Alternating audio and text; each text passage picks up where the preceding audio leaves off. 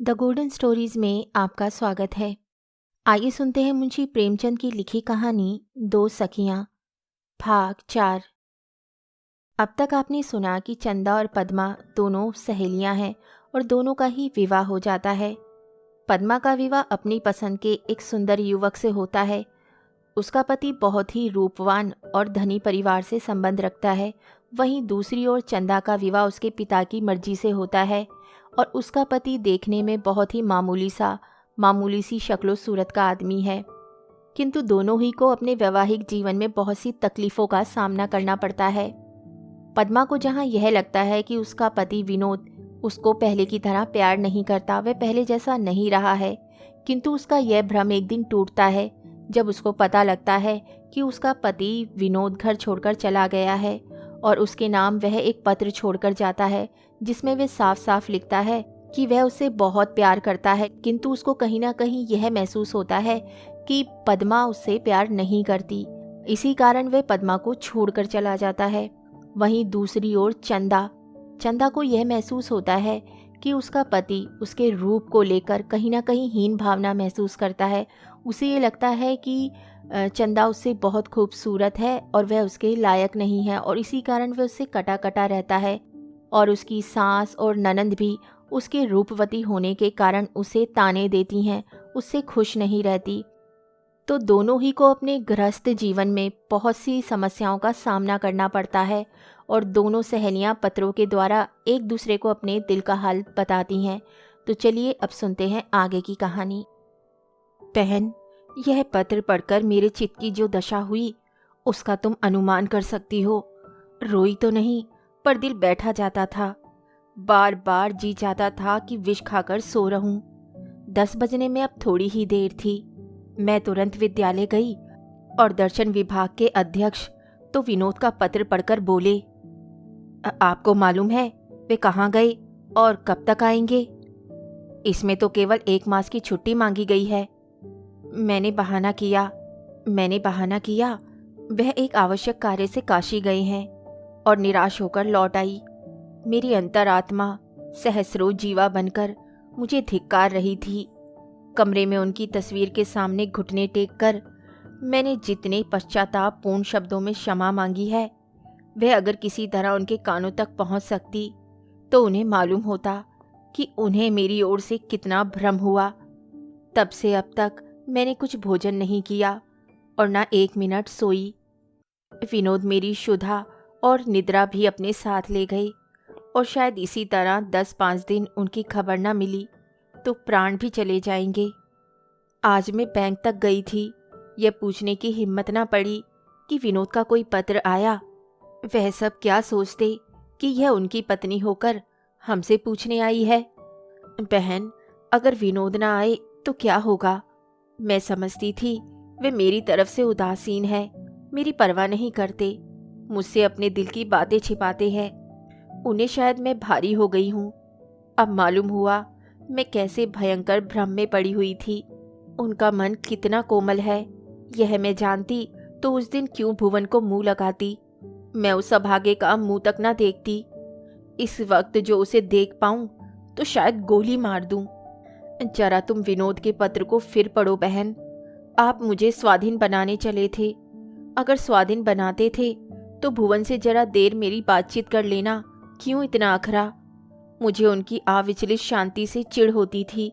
वास्तव में उनके हृदय में इस जरा सी बात ने जितनी अशांति पैदा कर दी, शायद मुझ में ना कर सकती।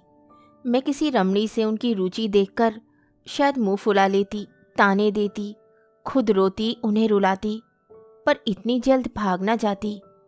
मर्दों का घर छोड़कर भागना तो आज तक नहीं सुना। औरतें ही घर छोड़कर मैके भागती हैं या कहीं डूबने जाती हैं या आत्महत्या करती हैं। पुरुष निर्द्वंद्व बैठे मूछों पर ताव देते हैं, मगर यहाँ उल्टी गंगा बह रही है। पुरुष ही भाग खड़ा हुआ। इस अशांति की तह कौन लगा सकता है? इस प्रेम की गहराई को कौन समझ सकता है? मैं तो अगर इस वक्त विनोद के चरणों पर पड़े पड़े मर जाऊं तो समझूं मुझे स्वर्ग मिल गया। बस इसके सिवा मुझे अब और कोई इच्छा नहीं है। इस अगाध प्रेम ने मुझे तृप्त कर दिया। विनोद मुझसे भागे तो, लेकिन भाग ना सके। वे मेरे हृदय से, मेरी धारणा से इतने निकट कभी ना थे। मैं तो अब भी उन्हें अपने सामने बैठा देख रही हूँ। क्या मेरे सामने फिलॉसफर बनने चले थे? कहाँ गई आपकी वह दार्शनिक गंभीरता? यूं अपने को धोखा देते हो, यूं अपनी आत्मा को कुचलते हो। अब की तो तुम भागे, लेकिन फिर भागना तो देखूंगी। मैं ना जानती थी तुम ऐसे चतुर बहरूपीय हो। अब मैंने समझा, और शायद तुम्हारी दार्शनिक गंभीरता को भी समझ में आया होगा कि प्रेम जितना ही सच्चा, जितना ही हार्दिक होता है, उतना ही कोमल होता है। वह विपत्ति के उन्मत्त सागर में थपेड़े खा सकता है, पर अवहेलना की एक चोट भी नहीं सह सकता। बहन, बात विचित्र है, पर है सच्ची। मैं इस समय अपने अंतस्थल में जितनी उमंग, जितने आनंद का अनुभव कर रही हूँ, याद नहीं आता कि विनोद के हृदय से लिपटकर भी कभी पाया हो। तब पर्दा बीच में था, अब कोई पर्दा बीच में नहीं रहा।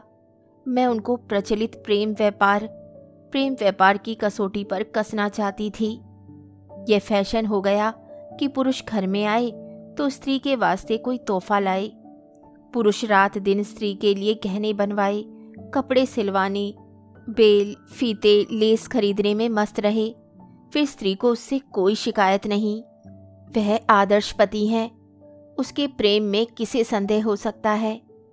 लेकिन उसकी प्रेयसी की मृत्यु के तीसरे महीने वे फिर नया विवाह रचाता है। स्त्री के साथ अपने प्रेम को भी चिता में जला आता है। फिर वही स्वांग इस नई प्रेयसी से होने लगते हैं। फिर वही लीला शुरू हो जाती है। मैंने यही प्रेम देखा था, और इसी कसौटी पर विनोद को कस रही थी। कितनी मंद बुद्धि हूँ मैं, छिचोरेपन को प्रेम समझे बैठी थी। कितनी स्त्रियां जानती हैं कि अधिकांश ऐसे ही गहने, कपड़े और हंसने बोलने में मस्त रहने वाले जीव लंपट होते हैं। अपनी लंपटता को छिपाने के लिए वह यह स्वांग भरते हैं। कुत्ते को चुप रखने के लिए उसके सामने हड्डी के टुकड़े फेंके देते हैं। बेचारी भोली भाली उसे अपना सर्वस्व देकर खिलौने पाती हैं और उन्हीं में मग्न रहती हैं।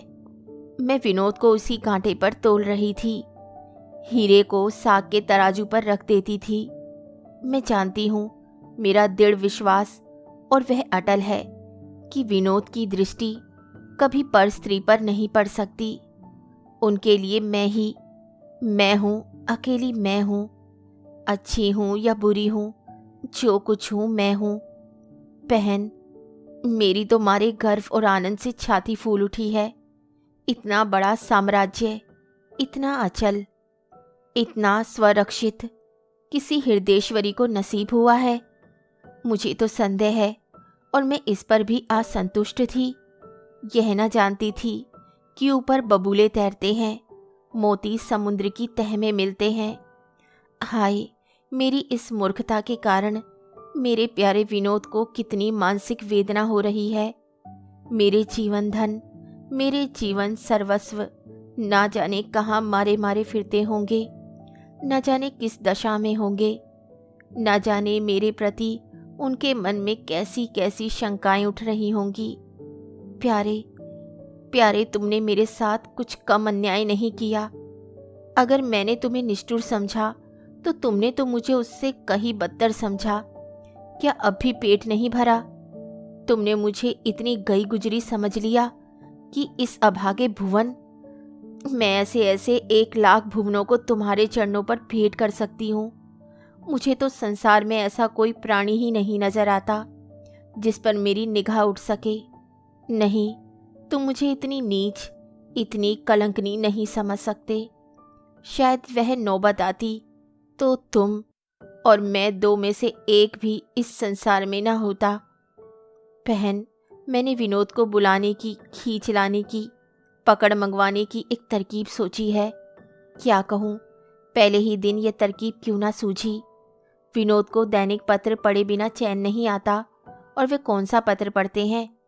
मैं यह भी जानती हूँ कल के पत्र में ये खबर छपेगी, पद्मा मर रही है और परसों विनोद यहाँ होंगे।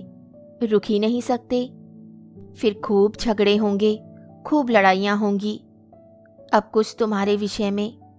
क्या तुम्हारी बुढ़िया सचमुच तुमसे इसलिए जलती है कि तुम सुंदर हो, शिक्षित हो? खूब। और तुम्हारे आनंद भी विचित्र जीव मालूम होते हैं। मैंने सुना है कि पुरुष कितना ही कुरूप हो, उसकी निगाह अप्सराओं ही पर ही जाकर पड़ती है। फिर आनंद बाबू तुमसे क्यों बिचकते हैं? जरा गौर से देखना, कहीं राधा और कृष्ण के बीच में कोई कुब्जा तो नहीं। अगर सास जी यूं ही नाक में दम करती रहे तो मैं तो यही सलाह दूंगी कि अपनी झोपड़ी अलग बना लो। मगर जानती हो, तुम मेरी ये सलाह ना मानोगी, किसी तरह ना मानोगी। इस सहिष्णुता के लिए मैं तुम्हें बधाई देती हूँ। पत्र जल्द लिखना। मगर शायद तुम्हारा पत्र आने के पहले ही मेरा दूसरा पत्र पहुँचे। तुम्हारी पद्मा। पत्र 12, काशी, 10 फरवरी 1926। प्रिय पद्मा, कई दिन तक तुम्हारे पत्र की प्रतीक्षा करने के बाद आज एक खत लिख रही हूँ। मैं अब भी आशा कर रही हूँ कि विनोद बाबू घर आ गए होंगे, मगर अभी वह ना आए हों तो तुम रो रो कर अपनी आंखें फोड़े डालती हो तो मुझे जरा भी दुख ना होगा। तुमने उनके साथ जो अन्याय किया है उसका यही दंड है। मुझे तुमसे जरा भी सहानुभूति नहीं है। तुम गृहिणी होकर यह कुटिल क्रीड़ा करने चली थी जो प्रेम का सौदा करने वाली स्त्रियों को ही शोभा देती है। मैं तो जब खुश होती कि विनोद ने तुम्हारा गला घोट दिया होता और भुवन के कुसंस्कारों को सदा के लिए शांत कर देते। तुम चाहे मुझसे रूठ ही क्यों ना जाओ, पर मैं इतना जरूर कहूंगी कि तुम विनोद के योग्य नहीं हो। शायद तुमने अंग्रेजी किताबों में पढ़ा होगा कि स्त्रियां छैले रसिकों पर ही जान देती हैं, और ये पढ़कर तुम्हारा सिर फिर गया है। तुम्हें नित्य कोई सनसनी चाहिए, अन्यथा तुम्हारा जीवन शुष्क हो जाएगा। तुम भारत की पति परायण रमणी नहीं, यूरोप की आमोद प्रिय युवती हो। मुझे तुम्हारे ऊपर दया आती है। तुमने अब तक रूप को ही आकर्षण का मूल समझ रखा है। रूप में आकर्षण है, मानती हूँ, लेकिन उस आकर्षण का नाम मोह है। वह स्थायी नहीं, केवल धोखे की पट्टी है। प्रेम का एक ही मूल मंत्र है, और वह है सेवा। यह मत समझो कि जो पुरुष तुम्हारे ऊपर भ्रमर की भांति मंडराया करता है वह तुमसे प्रेम करता है। उसकी ये रूपा शक्ति बहुत दिनों तक नहीं रहेगी। प्रेम का अंकुर रूप में है, पर उसको पल्वित और पुष्पित करना सेवा ही का काम है। मुझे विश्वास नहीं आता कि विनोद को बाहर से थके मांदे पसीने में तर देखकर तुमने कभी पंखा झला होगा। शायद टेबल फैन लगाने की बात भी ना सूझी होगी। सच कहना, मेरा अनुमान ठीक है या नहीं? बतलाओ। तुमने कभी उनके पैरों में चंपी की है? कभी उनके सिर में तेल डाला है? तुम कहोगी ये खिदमतदारों का काम है, लेडियां ये मरज नहीं पालती। तुमने उस आनंद का अनुभव ही नहीं किया। तुम विनोद को अपने अधिकार में रखना चाहती हो, मगर उसका साधन नहीं करती। विलासनी मनोरंजन कर सकती है, चिरसंगनी नहीं बन सकती। पुरुष के गले से लिपटी हुई भी वह उससे कोसों दूर रहती है। मानती हूँ, रूप मोह मनुष्य का स्वभाव है, लेकिन रूप से हृदय की प्यास नहीं बुझती, आत्मा की तृप्ति नहीं होती। सेवा भाव रखने वाली रूप विहीन स्त्री का पति किसी स्त्री के रूप जाल में फंस जाए तो बहुत जल्द निकल भागता है। सेवा का चस्का पाया हुआ मन केवल नखरों और चोचलों पर लट्टू नहीं होता। मगर मैं तो तुम्हें उपदेश करने बैठ गई, हालांकि तुम मुझसे 2-4 महीने बड़ी होगी। क्षमा करो बहन, ये उपदेश नहीं है। ये बातें हम तुम सभी जानते हैं, केवल कभी कभी भूल जाते हैं। मैंने केवल तुम्हें याद दिला दिया है। उपदेश में हृदय नहीं होता, लेकिन मेरा उपदेश मेरे मन की वह व्यथा है जो तुम्हारी इस नई विपत्ति से जागृत हुई है। अच्छा, अब मेरी राम कहानी सुनो। इस 1 महीने में यहाँ बड़ी बड़ी घटनाएं हो गईं। यह तो मैं पहले ही लिख चुकी हूँ कि आनंद बाबू और अम्मा जी में कुछ मनमुटाव रहने लगा है। वे आग भीतर ही भीतर सुलगती रहती थी। दिन में 1-2 बार माँ बेटे में चौंचे हो जाती थीं। एक दिन मेरी छोटी ननंद जी मेरे कमरे से एक पुस्तक उठा ले गई। उन्हें पढ़ने का रोग है। मैंने कमरे में किताब ना देखी तो उनसे पूछा। इस जरा सी बात पर वे भले मानस बिगड़ गई और कहने लगी, तुम तो मुझे चोरी लगाती हो। अम्मा ने उन्हीं का पक्ष लिया और मुझे खूब सुनाई। संयोग की बात, अम्मा जी मुझे कोसने ही दे रही थी कि आनंद बाबू घर में आ गए। अम्मा जी उन्हें देखते ही और जोर से बकने लगी। बहू की इतनी मजाल, वह तूने सिर पर चढ़ा रखा है और कोई बात नहीं। पुस्तक क्या उसके बाप की थी? लड़की लाई तो उसने कौन गुनाह किया? जरा भी सब्र ना हुआ, दौड़ी हुई उसके सिर पर जा पहुंची और उसके हाथों से किताब छीनने लगी। बहन, मैं ये स्वीकार करती हूँ कि मुझे पुस्तक के लिए इतनी उतावली ना करनी चाहिए थी। ननंद जी पढ़ चुकने पर आप ही दे जाती। ना भी देती तो उस एक पुस्तक के ना पढ़ने से मेरा क्या बिगड़ा जाता था। मगर मेरी शामत कि उनके हाथों से किताब छीनने लगी। अगर इस बात पर आनंद बाबू मुझे डांट बताते तो मुझे जरा भी दुख ना होता, मगर उन्होंने उल्टे मेरा पक्ष लिया और त्योरियां चढ़ाकर बोले, किसी की चीज कोई बिना पूछे लाए ही क्यों? यह तो मामूली शिष्टाचार है। इतना सुनना था कि अम्मा के सिर पर भूत सा सवार हो गया। आनंद बाबू भी बीच बीच में फुलझड़ियां छोड़ते रहे और मैं अपने कमरे में बैठी रोती रही कि कहाँ से कहाँ मैंने किताब मांगी। न अम्मा जी ही ने भोजन किया, न आनंद बाबू ने ही। और मेरा तो बार बार यही जी चाहता था कि जहर खा लूं। रात को जब अम्मा जी लेटी तो मैंने अपने नियम के अनुसार उनके पांव पकड़ लिए। मैं पैताने की ओर तो थी ही। अम्मा जी ने जो पैर से मुझे ढकेला तो मैं चारपाई के नीचे गिर पड़ी। जमीन पर कई कटोरियां पड़ी हुई थी। मैं उन कटोरियों पर गिरी तो पीठ और कमर में बड़ी चोट आई। मैं चिल्लाना ना चाहती थी, मगर ना जाने कैसे मेरे मुख से चीख निकल गई। आनंद बाबू अपने कमरे में आ गए थे। मेरी चीख सुनकर दौड़ पड़े और अम्मा जी के द्वार पर आकर बोले, क्या उसे मारे डालती हो अम्मा? अपराधी तो मैं हूं, उसकी जान क्यों ले रही हो? यह कहते हुए वे कमरे में घुस गए और मेरा हाथ पकड़कर जबरदस्ती खींच ले गए। मैंने बहुत चाहा कि अपना हाथ छुड़ा लूं, पर आनंद ने ना छोड़ा। वास्तव में इस समय उनका हम लोगों के बीच में कूद पड़ना मुझे अच्छा नहीं लगता था। वे ना आ जाते तो मैंने रो धोकर अम्मा जी को मना लिया होता। मेरे गिर पड़ने से उनका क्रोध कुछ शांत हो चला था। आनंद का आ जाना गजब हो गया।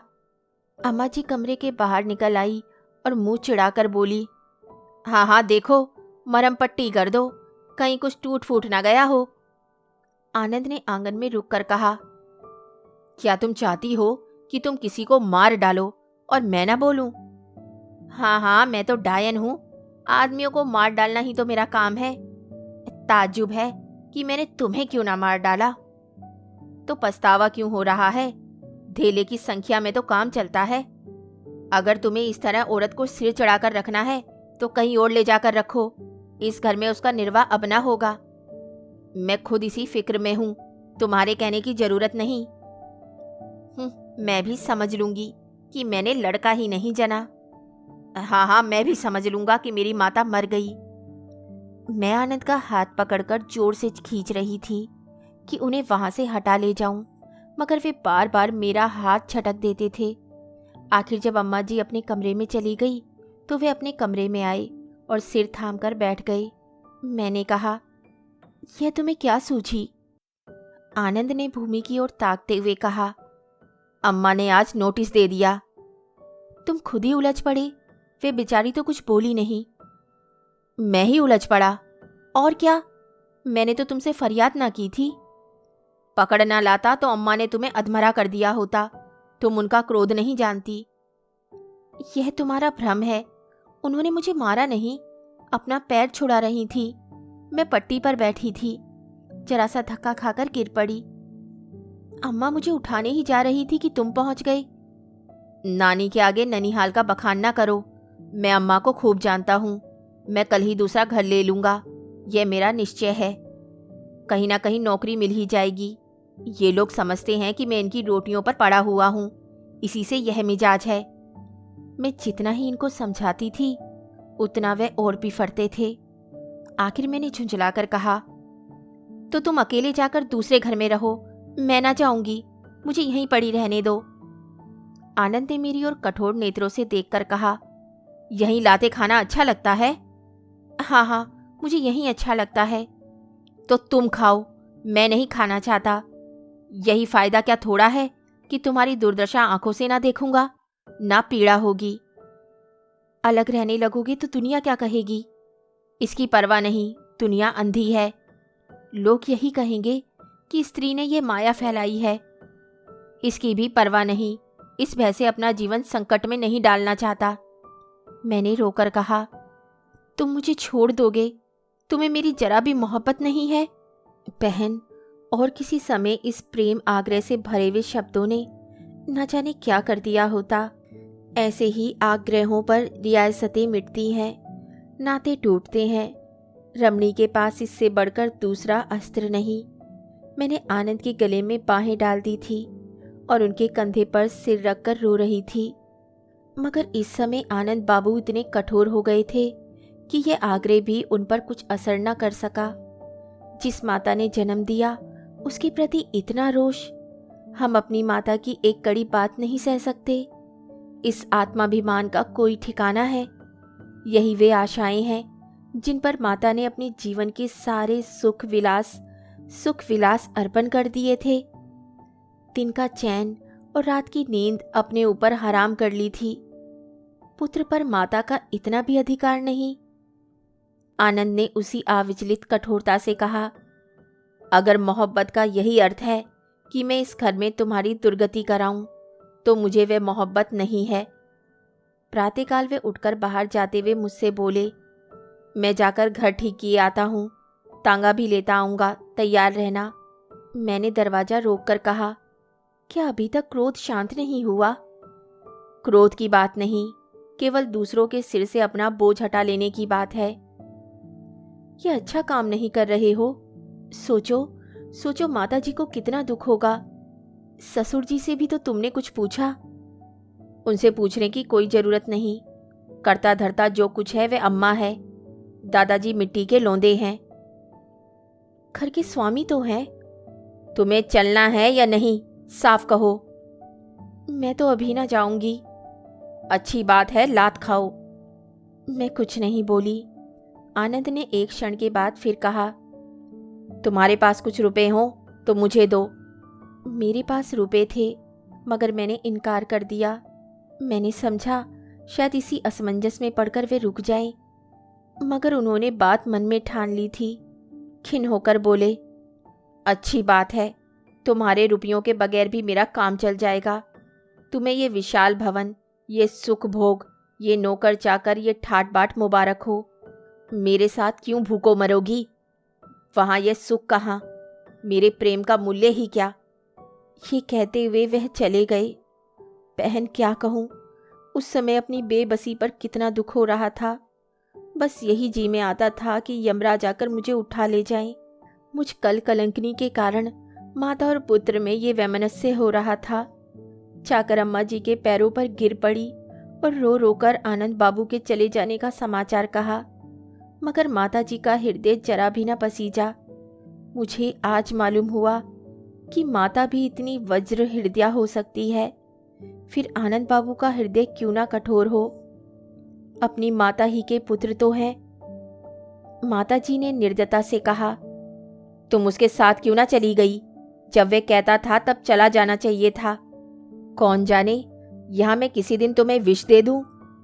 मैंने गिड़गिड़ाकर कहा, अम्मा जी उन्हें बुला भेजिए, आपके पैरों पड़ती हूँ, नहीं तो कहीं चले जाएंगे। अम्मा उसी निर्दयता से बोली, जाए चाहे रहे, वह मेरा है कौन? अब तो जो कुछ हो तुम हो, मुझे कौन गिनता है? आज जरा सी बात पर इतना झल्ला रहा है। और मेरी अम्मा जी ने मुझे सैकड़ों ही बार पीटा होगा। मैं भी छोकरी ना थी, तुम्हारी ही उम्र की थी, पर मजाल ना थी कि तुम्हारे दादाजी से किसी के सामने बोल सकूं। कच्चा ही खा जाती, मार खाकर रात भर रोती रहती थी, पर इस तरह घर छोड़कर कोई ना भागता था। आजकल के लोंडे ही प्रेम करना नहीं जानते। हम भी प्रेम करते थे, पर इस तरह नहीं कि माँ बाप छोटे बड़े किसी को कुछ ना समझे। यह कहती हुई माताजी पूजा करने चली गई। मैं अपने कमरे में आकर नसीबों को रोने लगी। यही शंका होती थी कि आनंद किसी तरफ की राह न ले। बार बार जी मसोसता था कि रुपए क्यों ना दे दिए। बेचारे इधर उधर मारे मारे फिरते रहेंगे। अभी हाथ मुंह भी नहीं धोया, जलपान भी नहीं किया। वक्त पर जलपान ना करेंगे तो जुकाम हो जाएगा, और उन्हें जुकाम होता है तो हरारत भी हो जाती है। मेहरी से कहा, जरा जाकर देख तो बाबूजी कमरे में है। उसने आकर कहा, कमरे में तो कोई नहीं, खूंटी पर कपड़े भी नहीं है। मैंने पूछा, क्या और भी कभी इसी तरह अम्मा जी से रूठे हैं? मेहरी बोली, कभी नहीं बहू, ऐसा सीधा तो मैंने लड़का ही नहीं देखा। मालकिन के सामने कभी सिर नहीं उठाते थे, आज न जाने क्यों चले गए। मुझे आशा थी कि दोपहर को भोजन के समय वह आ जाएंगे, लेकिन दोपहर कौन कहे, शाम भी हो गई और उनका पता नहीं। सारी रात जागती रही, द्वार की ओर कान लगे हुए थे, मगर रात भी उसी तरह गुजर गई। बहन, इस प्रकार पूरे 3 दिन बीत गए। उस वक्त तुम मुझे देखती तो पहचान न सकती। रोते रोते आंखें लाल हो गई थी। इन 3 दिनों में एक पल भी नहीं सोई, और भूख का तो जिक्र ही क्या, पानी तक ना पिया। प्यास ही ना लगती थी। मालूम होता था देह में प्राण ही नहीं है। सारे घर में मातम सा छाया हुआ था। अम्मा जी भोजन करने दोनों वक्त जाती थी, पर मुंह झूठा करके चली आती थी। दोनों नंदों की हंसी और चुहर भी गायब हो गई थी। छोटी ननद तो मुझसे अपना अपराध क्षमा कराने आई। चौथे दिन सवेरे रसोइये ने आकर मुझसे कहा, बाबूजी तो अभी मुझे दशवमेध घाट पर मिले थे। मैं उन्हें देखते ही लपक कर उनके पास पहुंचा और बोला, भैया घर क्यों नहीं चलते? सब लोग घबराए हुए हैं। बहू जी ने 3 दिन से पानी तक नहीं पिया, उनका हाल बहुत बुरा है। यह सुनकर वे कुछ सोच में पड़ गए। फिर बोले, बहू जी ने क्यों दाना पानी छोड़ रखा है? जाकर कह देना, जिस आराम के लिए उस घर को ना छोड़ सकी, उससे क्या इतनी जल्दी जी भर गया? अम्मा जी उसी समय आंगन में आ गई। महाराज की बातों की भनक कानों में पड़ गई। बोली, क्या है अलगू, क्या आनंद मिला था? महाराज, हाँ हाँ बड़ी बहू, अभी दशवमेध घाट पर मिले थे। मैंने कहा घर क्यों नहीं चलते, तो बोले, उस घर में मेरा कौन बैठा हुआ है?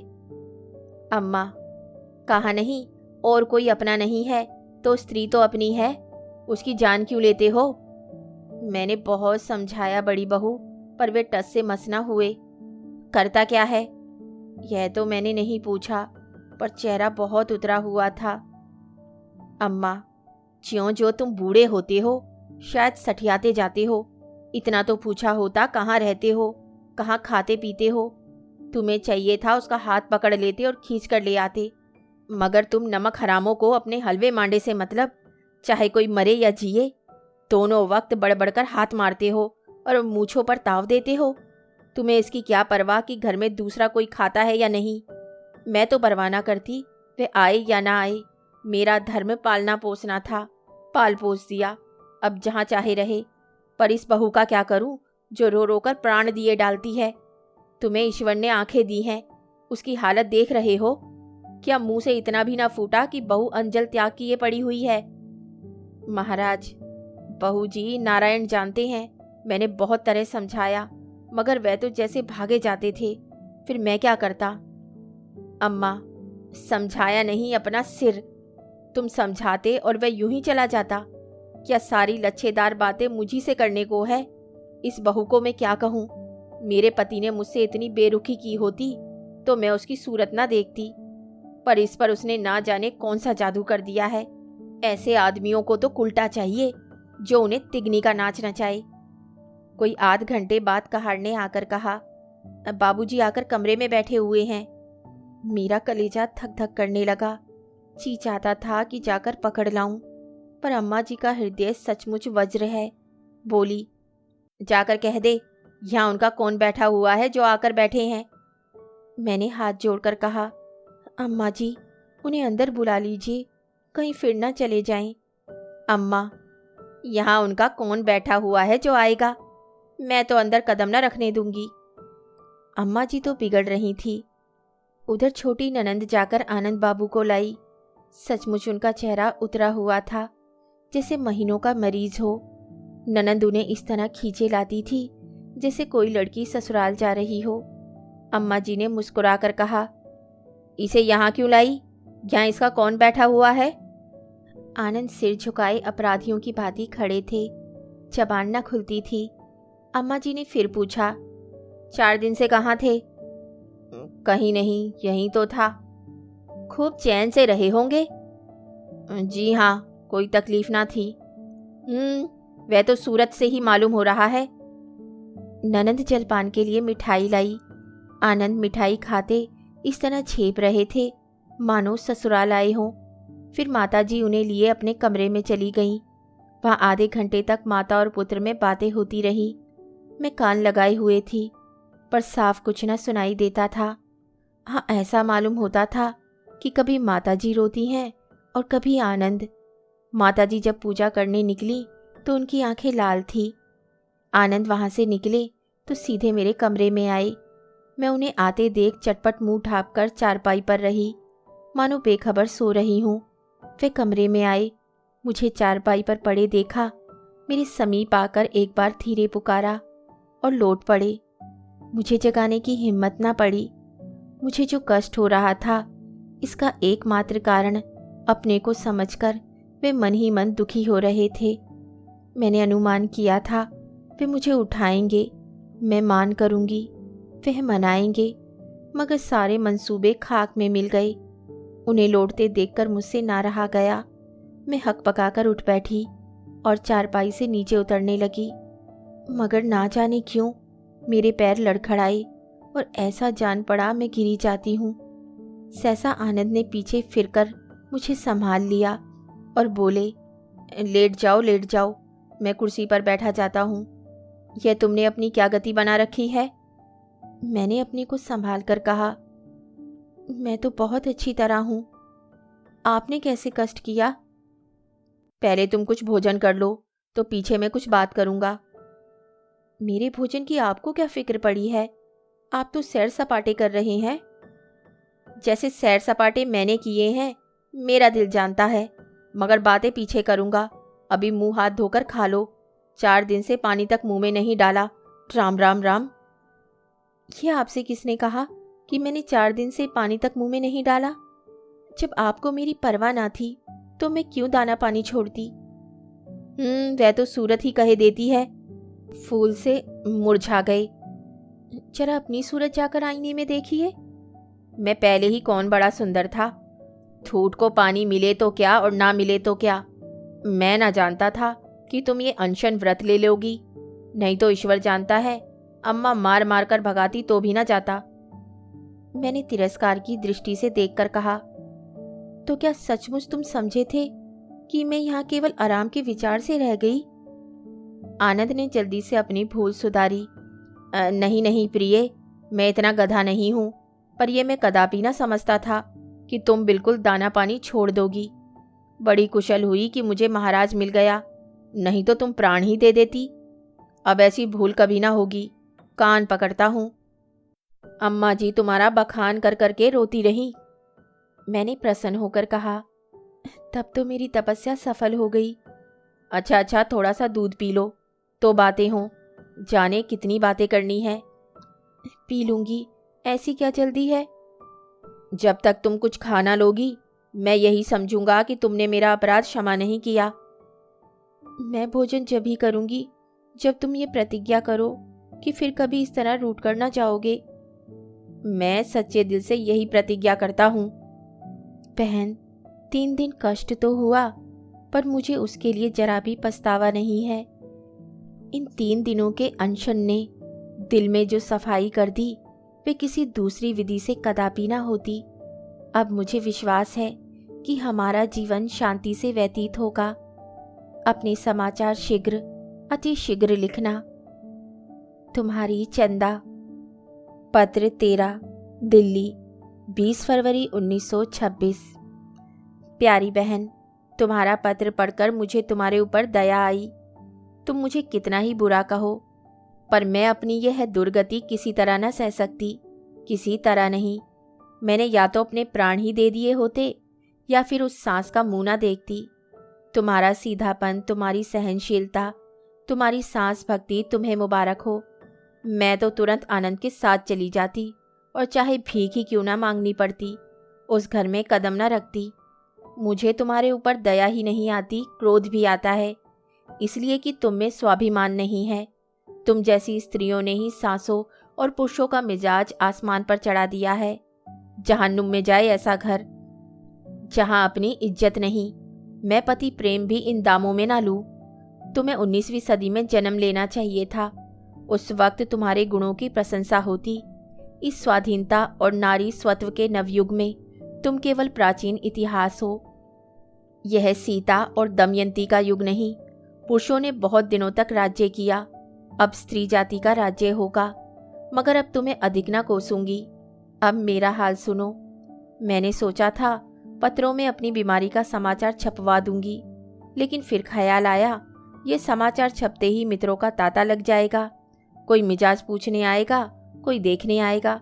फिर मैं कोई रानी तो हूं नहीं जिसकी बीमारी का बुलेटिन रोजाना छापा जाए। ना जाने लोगों के दिल में कैसे कैसे विचार उत्पन्न हो। यह सोचकर मैंने पत्र में छपवाने का विचार छोड़ दिया। दिन भर मेरे चित्त की क्या दशा रही, लिख नहीं सकती। कभी मन में आता जहर खा लूं, कभी सोचती कहीं उड़ जाऊं। विनोद के संबंध में भांति भांति की शंकाएं होने लगी। अब मुझे ऐसी कितनी ही बातें याद आने लगी जब मैंने विनोद के प्रति उदासीनता का भाव दिखाया था। मैं उनसे सब कुछ लेना चाहती थी, देना कुछ ना चाहती थी। मैं चाहती थी कि वे आठों पहर भ्रमर की भांति मुझ पर मंडराते रहें, पतंग की भांति मुझे घेरे रहें। उन्हें किताबों और पत्रों में मग्न बैठे देखकर मुझे झुंझलाहट होने लगती थी। मेरा अधिकांश समय अपने ही बनाव श्रृंगार में कटता था। उनके विषय में मुझे कोई चिंता ही ना होती थी। अब मुझे मालूम हुआ कि सेवा का महत्व रूप से कहीं अधिक है। रूप मन को मुग्ध कर सकता है, पर आत्मा को आनंद पहुंचाने वाली कोई दूसरी वस्तु ही है। इस तरह एक हफ्ता गुजर गया। मैं प्रातःकाल मैके जाने की तैयारियां कर रही थी। यह घर फाड़े खाता था कि सहसा डाकिये ने मुझे एक पत्र लाकर दिया। मेरा हृदय धक धक करने लगा। मैंने कांपते हुए हाथों से पत्र लिया, पर सिरनामे पर विनोद की परिचित हस्तलिपि ना थी। लिपि किसी स्त्री की थी, इसमें संदेह ना था, पर मैं उससे सर्वथा अपरिचित थी। मैंने तुरंत पत्र खोला और नीचे की तरफ देखा तो चौंक पड़ी। वह कुसुम का पत्र था। मैंने एक ही सांस में सारा पत्र पढ़ लिया। लिखा था, बहन, विनोद बाबू 3 दिन यहाँ रहकर बम्बई चले गए। शायद विलायत जाना चाहते हैं। 3-4 दिन बम्बई रहेंगे। मैंने बहुत चाहा कि उन्हें दिल्ली वापस कर दूं, पर वे किसी तरह राजी ना हुए। तुम उन्हें नीचे लिखे पते से तार दे दो। मैंने उनसे ये पता पूछ लिया था। उन्होंने मुझे ताकीद कर दी थी कि इस पते को गुप्त रखना, लेकिन तुमसे क्या पर्दा, तुम तुरंत तार दे दो, शायद रुक जाएं। आखिर बात क्या हुई? मेरे पूछने पर भी विनोद ने नहीं बताया, पर वे दुखी बहुत थे।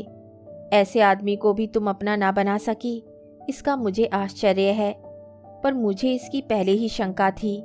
रूप और गर्व में दीपक और प्रकाश का संबंध है। गर्व रूप का प्रकाश है।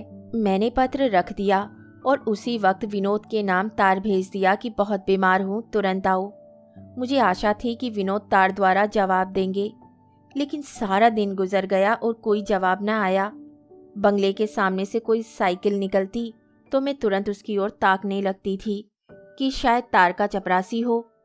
रात को भी मैं तार का इंतजार करती रही। तब मैंने अपने मन को इस विचार से शांत किया कि विनोद आ रहे हैं, इसलिए तार भेजने की जरूरत न समझी। अब मेरे मन में फिर शंकाएं उठने लगी। विनोद कुसुम के पास क्यों गए? कहीं कुसुम से उन्हें प्रेम तो नहीं है? कहीं उसी प्रेम के कारण तो वे मुझसे विरक्त नहीं हो गए? कुसुम कोई कौशल तो नहीं कर रही है? उसे विनोद को अपने घर ठहराने का अधिकार ही क्या था? इस विचार से मेरा मन बहुत क्षुब्ध हो उठा। कुसुम पर क्रोध आने लगा। अवश्य दोनों में बहुत दिनों से पत्र व्यवहार होता रहा होगा।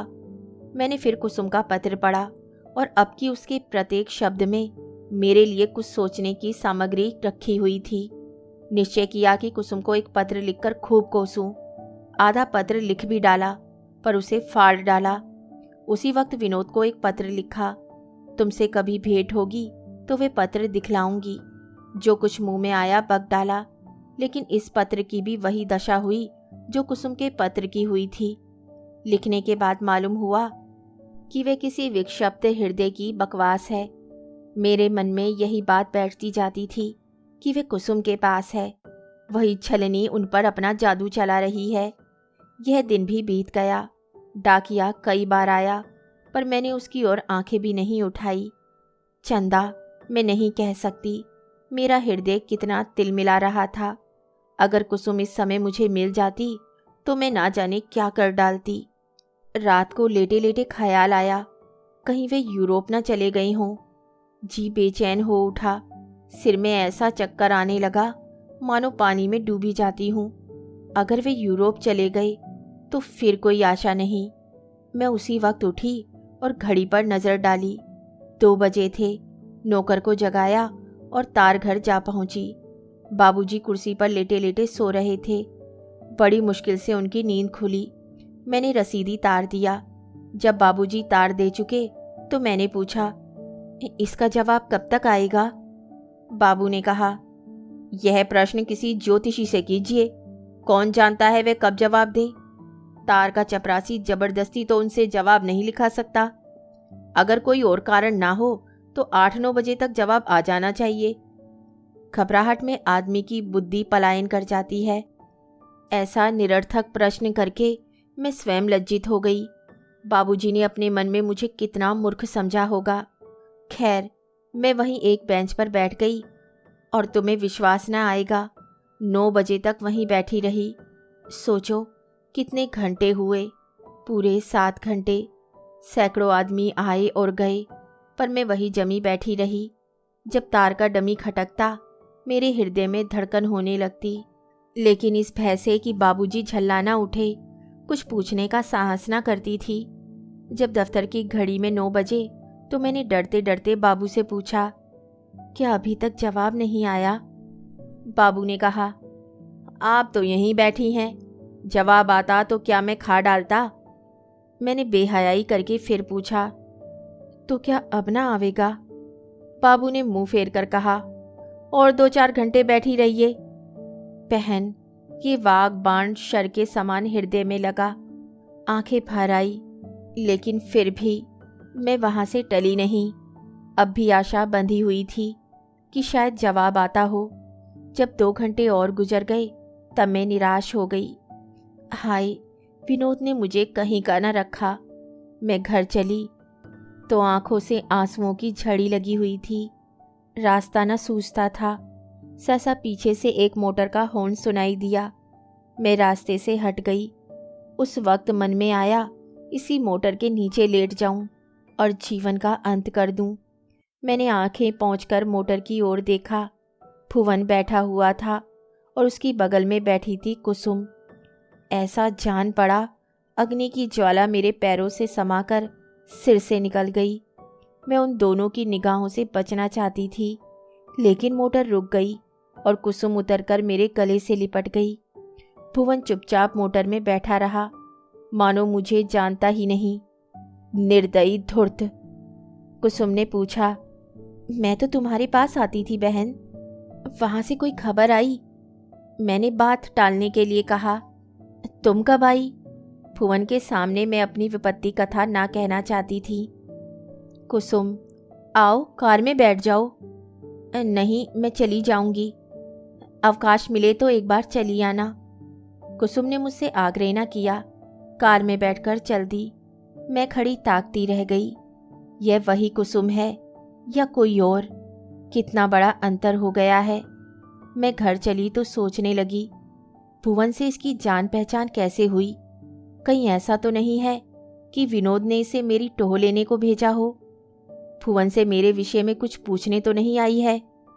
मैं घर पहुंचकर बैठी ही थी कि कुसुम आ पहुंची। अब की वे मोटर में अकेली ना थी, विनोद बैठे हुए थे। मैं उन्हें देखकर ठिठक गई। चाहिए तो यह था कि मैं दौड़कर उनका हाथ पकड़ लेती और मोटर से उतार लाती, लेकिन मैं जगह से हिली तक नहीं। मूर्ति की भांति अचल बैठी रही। मेरी माननीय प्रकृति अपना उदंड स्वरूप दिखाने के लिए विकल हो उठी। एक क्षण में कुसुम ने विनोद को उतारा और उनका हाथ पकड़े हुए ले आई। उस वक्त मैंने देखा कि विनोद का मुख बिल्कुल पीला पड़ गया है। वह इतने अशक्त हो गए हैं कि अपने सहारे खड़े भी नहीं रह सकते। मैंने घबराकर पूछा, क्यों, तुम्हारा यह क्या हाल है? कुसुम ने कहा, हाल पीछे पूछना, जरा इनकी चौपाई चटपट बिछा दो और थोड़ा सा दूध मंगवा लो। मैंने तुरंत चारपाई बिछाई और विनोद को उस पर लिटा दिया और दूध तो रखा हुआ था। कुसुम इस वक्त मेरी स्वामिनी बनी हुई थी। मैं उसके इशारे पर नाच रही थी। चंदा, इस वक्त मुझे ज्ञात हुआ कि कुसुम पर विनोद को जितना विश्वास है वह मुझ पर नहीं। मैं इस योग्य ही नहीं हूँ। मेरा दिल सैकड़ों प्रश्न पूछने के लिए तड़प रहा था, लेकिन कुसुम एक पल के लिए भी विनोद के पास से न टलती थी। मैं इतनी मूर्ख हूँ कि अवसर पाने पर इस दशा में भी विनोद से प्रश्नों का तांता बांध देती। विनोद को जब नींद आ गई, मैंने आंखों में आंसू भरकर कुसुम से पूछा, बहन, इन्हें क्या शिकायत है? मैंने तार भेजा, उसका जवाब नहीं आया। रात 2 बजे एक जरूरी और जवाबी तार भेजा। 10 बजे तक तार घर बैठी जवाब की राह देखती रही। वहीं से लौट रही थी जब तुम रास्ते में मिली। ये तुम्हें कहाँ मिल गई? कुसुम मेरा हाथ पकड़कर दूसरे कमरे में ले गई और बोली, पहले तुम यह बताओ कि भुवन का क्या मामला था? देखो, साफ कहना। मैंने आपत्ति करते हुए कहा, कुसुम, तुम ये प्रश्न पूछकर मेरे साथ अन्याय कर रही हो। तुम्हें खुद समझ लेना चाहिए था कि इस बात में कोई सार नहीं है। विनोद को केवल भ्रम हो गया, बिना किसी कारण के। हाँ, मेरी समझ में तो कोई कारण ना था। मैं इसे नहीं मानती। ये क्यों नहीं कहती कि विनोद को जलाने, चिढ़ाने और जगाने के लिए तुमने ये स्वांग रचा था?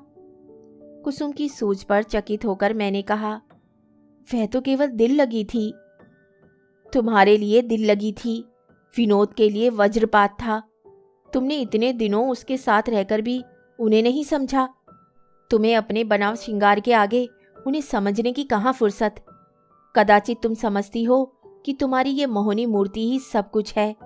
मैं कहती हूँ, इसका मूल्य 2-4 महीने के लिए हो सकता है, स्थायी वस्तु कुछ और ही है। मैंने अपनी भूल स्वीकार करते हुए कहा, विनोद को मुझसे कुछ पूछना तो चाहिए था।